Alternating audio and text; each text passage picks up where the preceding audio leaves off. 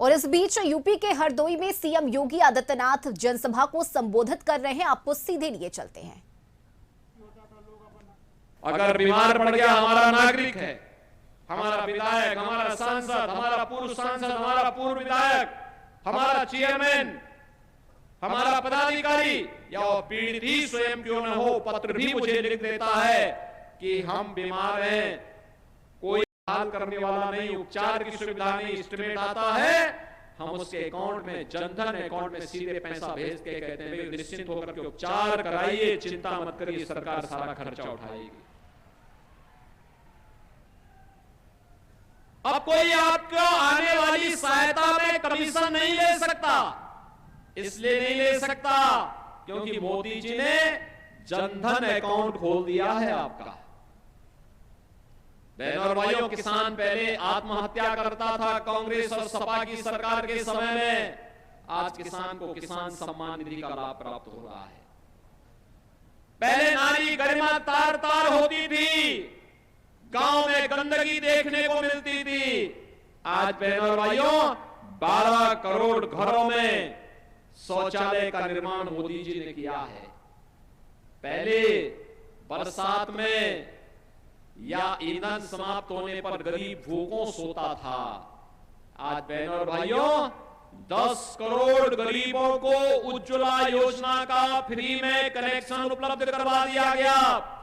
और मोदी जी ने कहा है जितने बाकी हैं, 1 करोड़, 2 करोड़, 3 करोड़, 5 करोड़, जितने बाकी होंगे उन सबको फ्री में कनेक्शन उपलब्ध कराएंगे उज्ज्वला योजना के। जाइए आप भी मेरी तरफ से बोल करके आइए कि चुनाव के बाद उन सबको फ्री में कनेक्शन मिलेगा। 4 करोड़ गरीबों को एक मकान मिल गया है और बाकी जितने भी गरीब और पात्र लोग बचे होंगे उनको चुनाव के बाद से कार्रवाई प्रारंभ हो जाएगी। अगले 5 वर्ष के अंदर उनको भी एक आवास उपलब्ध हो जाएगा। अभी से जाके तैयारी करो धूम धड़ाके के साथ, यार गरीब के पास अपना सिर रखने के लिए छत होगा। बहनों और भाइयों, कार्य चेहरा देख करके नहीं होता है, संसाधनों पर किसी वर्ग विशेष का अधिकार है। अब ये दावा भारत का प्रधानमंत्री नहीं करता है। प्रधानमंत्री तो कहते हैं जाति मत और मजहब नहीं, वो तो कहते हैं सबका साथ और सबका विकास।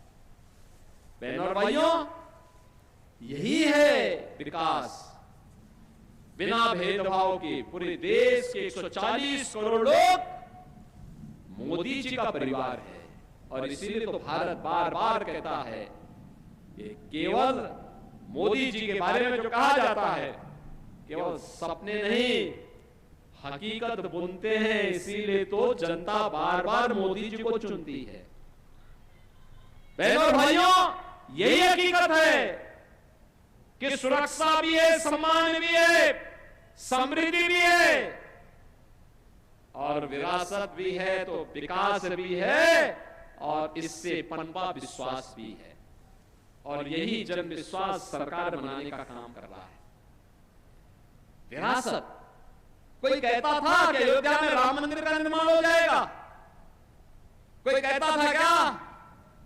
कांग्रेस के लोग तो कहते थे राम हुए ही नहीं, समाजवादी पार्टी के लोग कहते थे कि अयोध्या में परिंदा भी पर नहीं मार सकता, यही बोलते थे ना। आज तो अयोध्या में भगवान राम का भव्य मंदिर भी बन गया है। कल मोदी जी फिर अयोध्या गए थे, अयोध्या में उन्होंने साष्टांग प्रणाम प्रभु राम को किया और फिर भगवान राम की आरती की और फिर अयोध्या में लाखों लोग थे। मैं भी मोदी जी के साथ में था। रोड शो में रात्रि को 9 बजे तक रोड शो चलता रहा, भारी संख्या में लाखों लोग उसमें थे। अयोध्या के तो थे ही, लगभग 1 लाख लोग पूरे देश से भी वहां पहुंच गए थे जब लोगों को पता लगा कि मोदी जी वहां आ गए हैं। बहनों और भाइयों, ये है नया भारत, आपकी आस्था का सम्मान।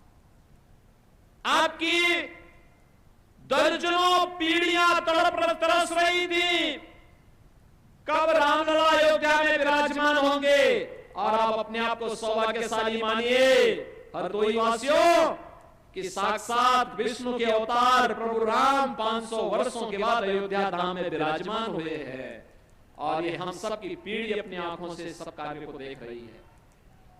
बहनों और भाइयों, काशी में काशी विश्वनाथ धाम कितना बेहतरीन कॉरिडोर बन गया है।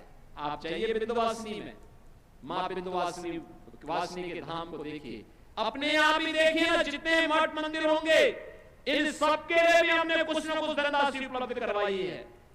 अब बहुत दिन दूर हो, बहुत दिन चले गए जब लोग भेदभाव करते थे कि कब्रिस्तान के लिए पैसा आएगा, शमशान घाट के लिए नहीं आएगा। और भेद दूर, चारी जिले में जब बिजली आएगी, शेष जिले बिजली से वंचित होंगे।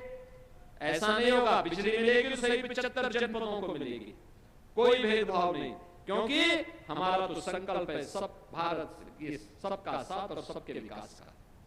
बहनों और भाइयों, इसीलिए हम लोग आए हैं आपसे कहने के लिए, एक तरफ विकास है, विरासत का सम्मान भी है, सुरक्षा भी है तो समृद्धि भी है। और इस बार मोदी जी आपसे वोट मांगने के लिए किस बात पर आए हैं?